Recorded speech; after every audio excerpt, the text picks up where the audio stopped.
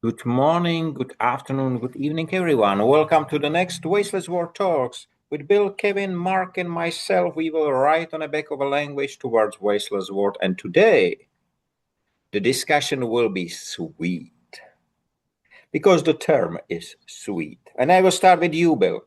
So when you heard a minute ago that we will talk about the word sweet, what came first to your mind, please?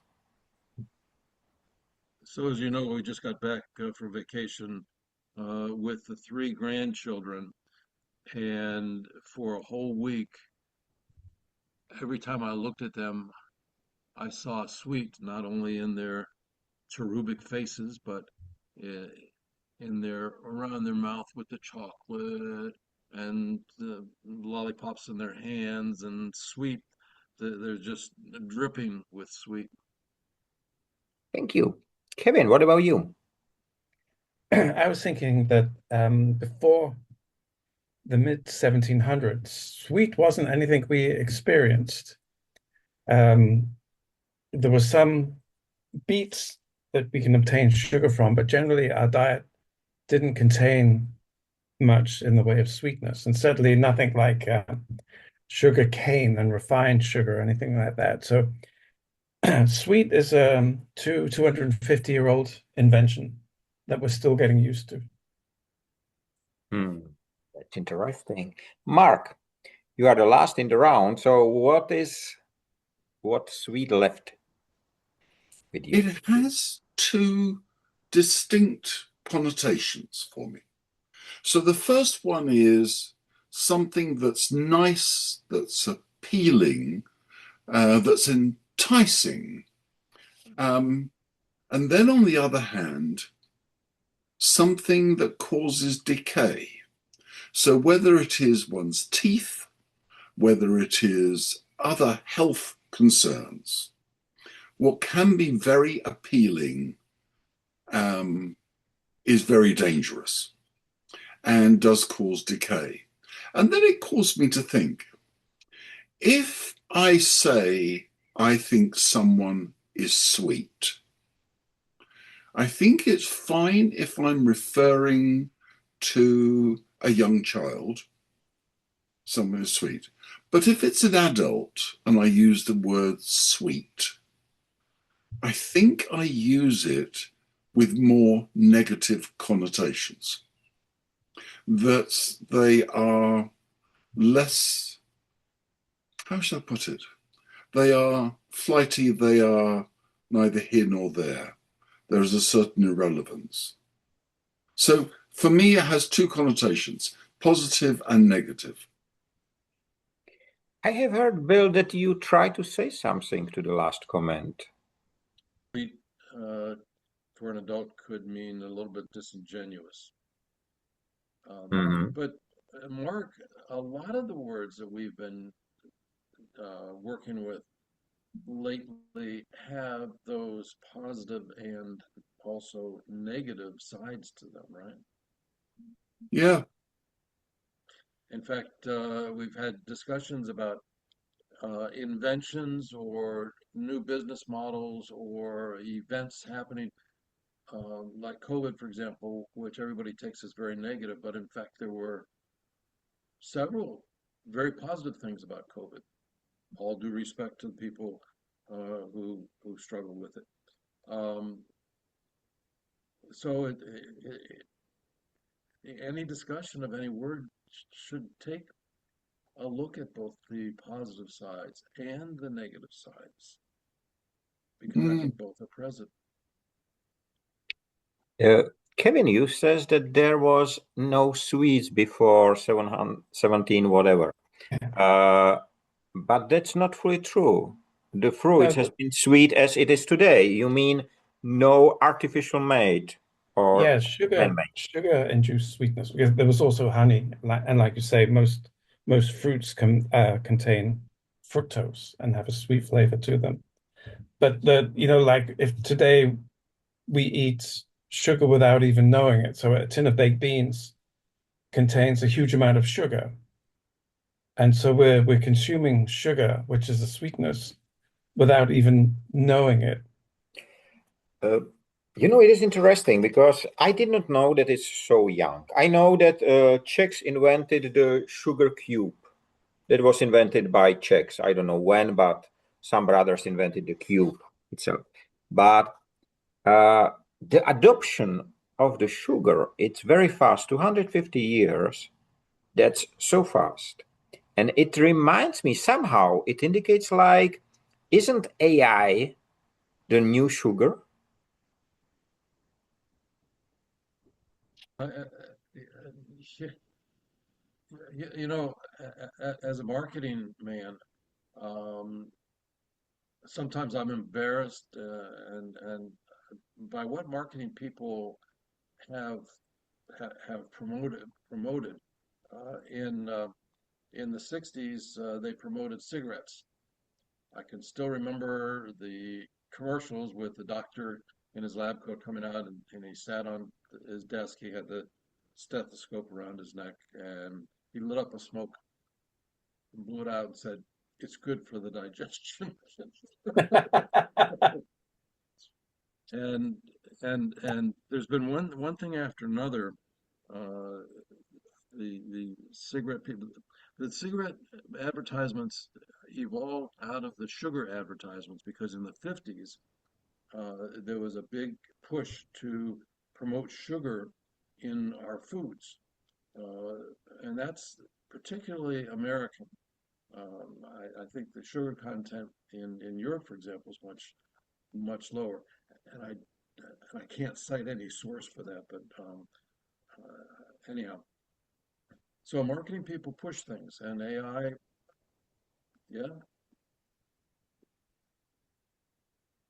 Yeah, it's interesting because sugar, the sugar industry has a long history of very powerful lobbying. So, we go back to slavery and the sugar plantations, and you had people trying to prevent the abolition of the slave trade, because these workers being sought. Then that has continued through, so that regulations have continued. But as Kevin said, it's just incredible where that sugar appears. You know, next time you get a can of tomato soup, just take a look at how much sugar is in it. It's incredible how many things it's in. And there is an addictive characteristic to that sugar. And I think that, Michael, there are some parallels with AI. The risk is that we try to make too many parallels. But there is a level of addiction for some people who will only make personal decisions on the basis of the prompts that they're using with ChatGPT or whatever else. And it is addictive in its nature because whereas sugar gives that high to the consumer, similarly, AI is very good at doing the same thing to the user, making them feel absolutely wonderful by being completely sycophantic to them. And there is that danger, and the downsides of it are clearly remarkable and well read. What's also amazing, of course, is that you can end up in a situation where rather than AI being a tool to serve people, people become the tools to serve AI. So who delivers the food that's ordered online? Who fulfills these things? It is the humans. You know, I mentioned many times the Czech proverb that fire is a great servant, but a very bad master. And today we can say the same about sugar. We can say today about AI. And unfortunately, we are in the age when the AI takes becoming the master very fast. You know, and you, Bill, you talk about marketing and sugar. Have you seen the footage from the Artemis spacecraft as the Nutella bottle fly over the camera. Nobody paid for it, but it's fly. They said it was the most hilarious free advertisement in the history. Hmm. Oh. But I think it's quite a good idea to consider artificial intelligence, or at least the things it generates, as an artificial ingredient. I have a really low opinion of lawyers. And my favorite quote is that the reason lawyers exist is because there's some things that laboratory rats just won't do. And I was reading the other day that it should, in theory, be easy to replace lawyers with AI because all law is based on precedent or written law. So it's easy to replace these guys. But apparently AI, it knows about precedent, but then it just invents precedent to suit whatever answer it wants to give. I mean, it's still a long, long way from being anywhere near intelligent. Yes. Or near trustworthy. Yeah.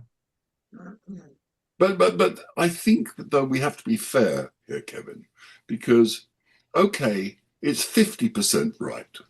I mean, it's artificial. Do you think that it changed our approach to sweet with age? So you mentioned your grandchildren who, of course, like every child, love the sweet stuff. But does it change? For me today, sweet is chain, and the chocolate is nice, but I don't call it sweet anymore. Yeah, I'm glad you brought that up because the first thing I thought about when you said the word is taste. But there's a lot more to the word sweet than taste. So sweet, a synonym for sweet would be pleasing. And that may be pleasing to the eye. You see something that's beautiful, and one of the words, one of the exclamations that comes to my mind is sweet. Like, you know, I'm pleased by that. And so same thing for music or other senses or just so it's way beyond just taste. Hmm.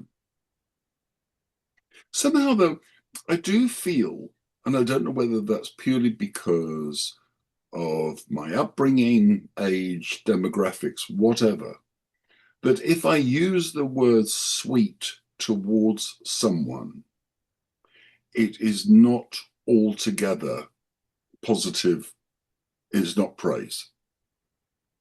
So I can use it in, if you like, a form of slang, and that's fine.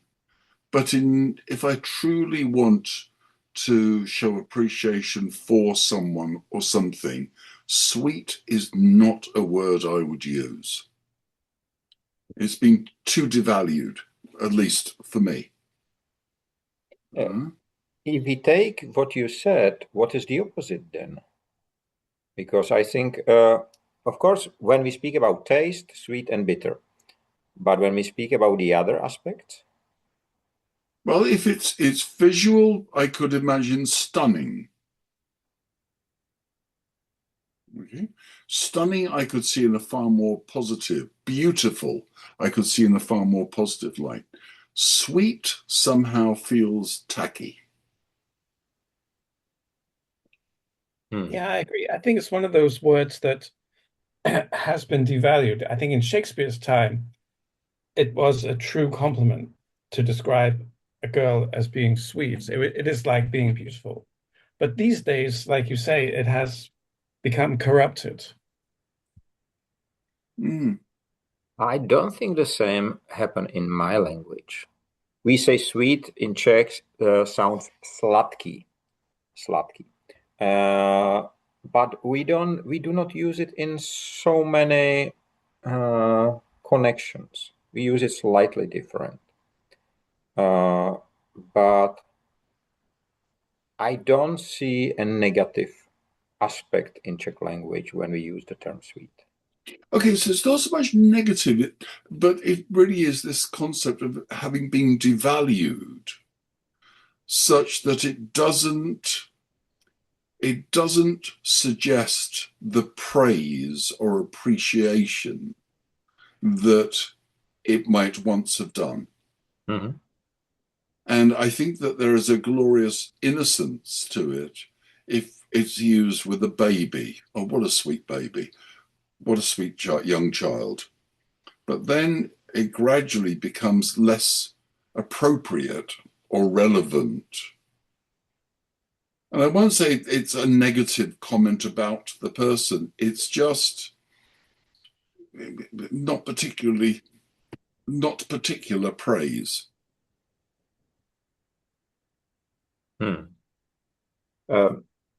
Yes, Bill? I was just going to agree. That's the older and more mature, like in the business world. If I said that was sweet about a proposal or a business suggestion, well, that's sweet. What I'm saying is that's really simplistic. It may work, and the value is in its simplicity, but it's not a highly mature, well thought out proposal, I think. Kevin, coming back to your information about the, let's say, short life of sugar, do you think that we can take sugar out of the diet? I've done that with my diet. It's not easy to do, but it is possible to do.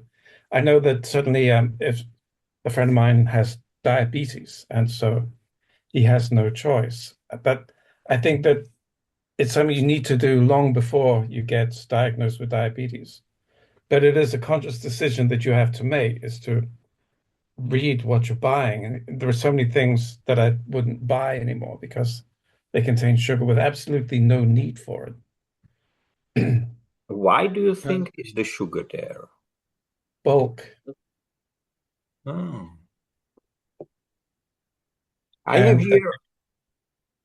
here, you know, these small sockets which are with food. Some food packaging have these inside. Silicon. Let's call it so.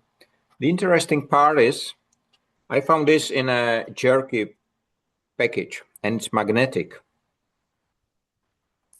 I didn't know about it until I put it on the side of my notebook, and there is a magnet because of the lid, and it connected immediately. So I think metal is put in there because of the weight. Because if you buy these as a buyer, you buy per whatever gram or less than gram. So they put metal inside, which can be quite dangerous, and sell it to the end user. That was it was really funny the way the weight can be used. When the Beats headphones came out, they got a lot of good reviews, and they were very popular, and then they were clearly acquired, and early investors did very well. But one of the reasons why they were popular and deemed to be so good was not because of the audio quality, but purely because they put weights into the headphones. So they felt heavier, they felt more substantial, and therefore people thought they had better headphones. And the audio quality was no better at all. In fact, it was inferior to many of the brands that were on the market. But wow, it feels so good, you know. But you know, there's something that just occurred to me as you held that up, Michael. There's another sweet that we've not mentioned, and that is the sweet spot. And the perfect place to strike a ball on a racket or on a golf club, finding the sweet spot for a product in a market. And it's interesting that there we're looking not at addiction or anything else, but rather this is the bullseye. This is the perfect target to be going for.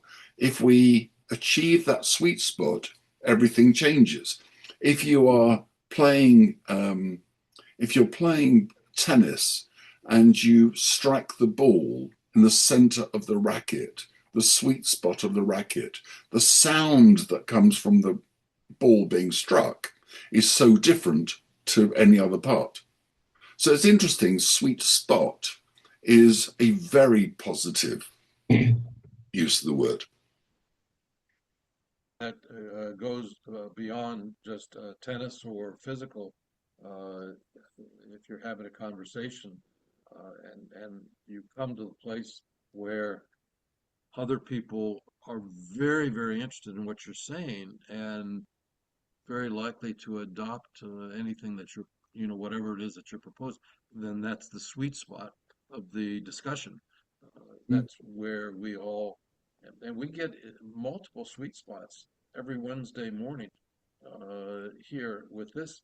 There are multiple. I keep writing them down. Not that I'm ever going to go back to them, but I want to save that idea. That's a sweet spot. It's good.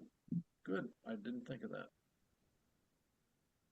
And actually, I think another positive form of sweetness is behavior. I was once I was playing football, and the other team were a team of bastards. There's no two ways around that.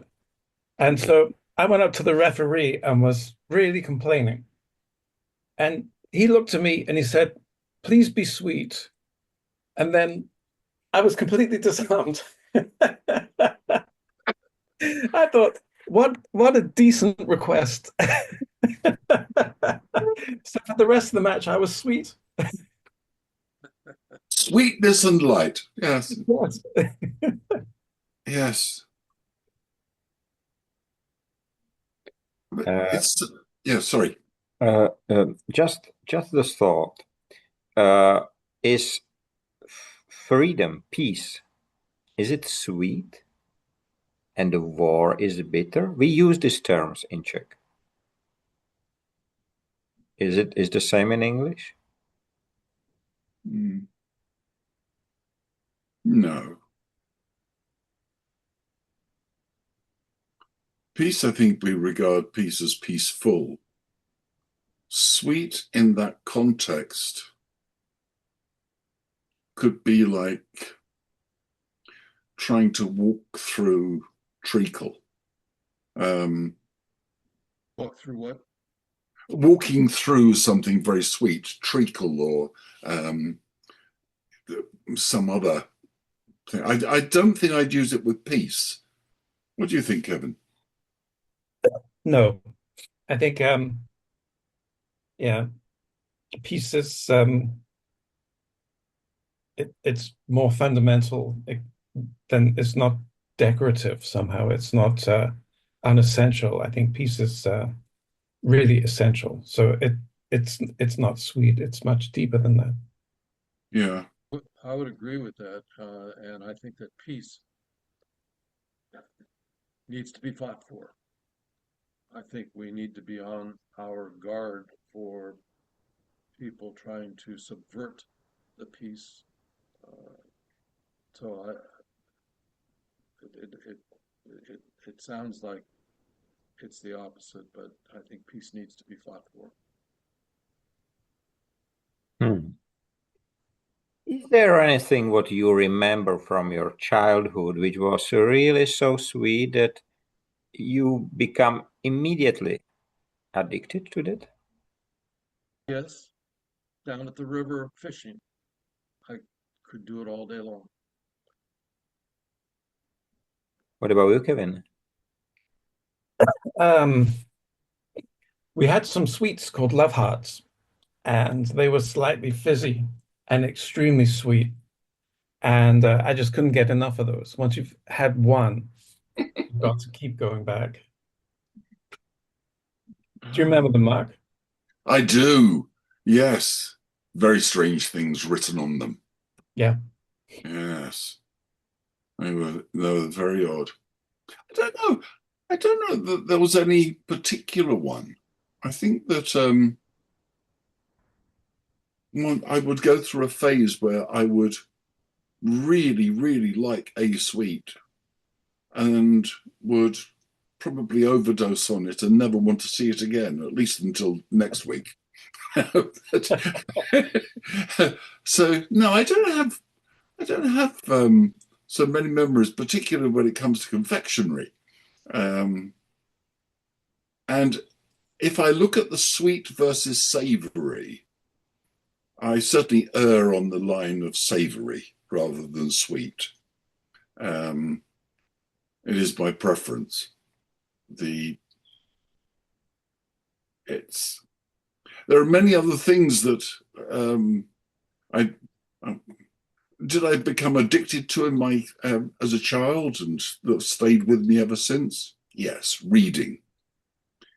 Reading has been a passion always throughout my life, and I only regret that we are limited to 24 hours a day of reading. My list of books to read keeps growing longer and longer, and it is getting worse and worse because I keep going back to reread books that I greatly enjoyed a long time ago. I mean, just at the moment, in the last 48 hours, I have thrown myself completely into Confucius and the Analects. And what prompted it was just watching part of a documentary, and I thought, my God, I really need to go back to that. And so all other reading has been put to the side, and now I'm immersed in Confucius. And I don't know where I'll be tomorrow. I think, in fact, just before this call started, I went off and bought a book on a topic that I'm fascinated by, which is disruption and destruction, and what happens after destruction. So when people build places and they fall into ruin, and how nature takes them back, and what nature does with these structures, and what life forms exist. It's fascinating, the life that evolves. And you keep going back to that comment that stop talking about saving the planet. The planet is going to do perfectly well without us. Just save mankind. That's all we've got to worry about. Sorry, I'm taking us off on a tangent there, Michael. No, it's great to touch everything, and it's in Czech we say as well the life is sweet, but I know that in some other languages it's more related to high society, people who are rich, who has everything, but in Czech it means more free, or I don't know how to describe it. Full of love, for example. It's the sweet life.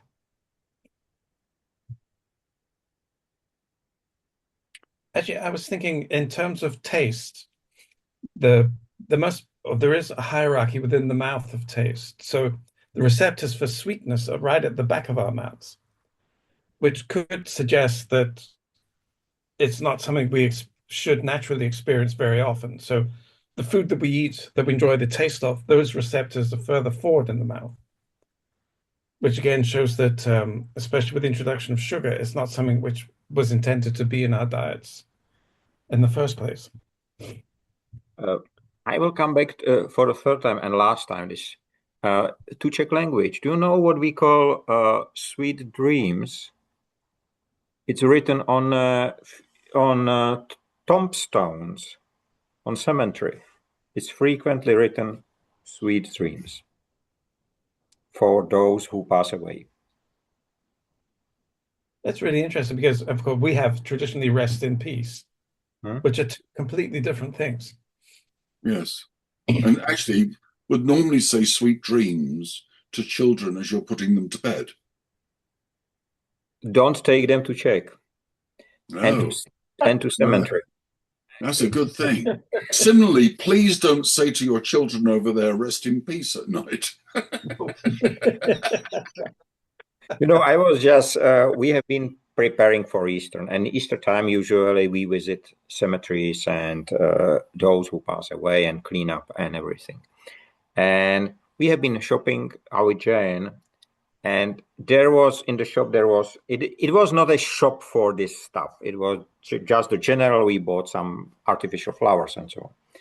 But there was a word which you can put as a whatever, and it says relax. And I was just thinking, can you imagine that somebody put it on the grave of someone? And I have to laugh and was horrified at the same time. It was such a strange feeling, which I cannot describe. It's something people often say after a person has died, they're in a better place. Mm-hmm. Now they are not going to feel the pain or the whatever. Uh, and really, in our life, how many times do we really relax? Maybe it has to be in heaven when we can relax. The next life, we can relax. And do you know that the cemeteries are generally the first smart cities? Because they fulfill all needs of its inhabitants. Every single one. Oh, that's deep. Sorry, say that again, Michael. That cemetery, I don't know whether I pronounced the word correctly. A cemetery, yes. Cemetery is the first smart city because it fulfills all needs of the inhabitants, of those who are there. Okay. To 100%. I wrote about it in 2015 when I was on some trip close to the Czech-German border, and there is a lot of villages which does not exist and so on, and war connected and so on. It was quite interesting trip, and there I realized, because at the time somebody tried to push me to smart city concepts, and they say all the time it will be all technology which will fulfill all the needs of the inhabitants, and the only who is missing in the pictures at the time generated by humans, or today by AI, the only who are missing there are humans. They are machines, they are cars, they are lights, whatever, buildings, but usually no humans. It's quite interesting. Yes, yes. I read something this morning, and I'm annoyed now, so I'm trying to think where I read it, that we die 3 times. The first time is when our bodily functions, we stop breathing and we go off to the wherever. The second time is when we are buried or cremated and our life is celebrated. The third time we die is when we are mentioned for the last time by someone. I thought, well, that's I love the idea that people live on. It doesn't. And also, just while you're thinking on that profound thought, let me snap you out of it, because the reason I was having difficulty concentrating earlier is that I was thinking about that tombstone, that headstone that had relax on it. And I think it should have said underneath, Frankie has gone to Hollywood.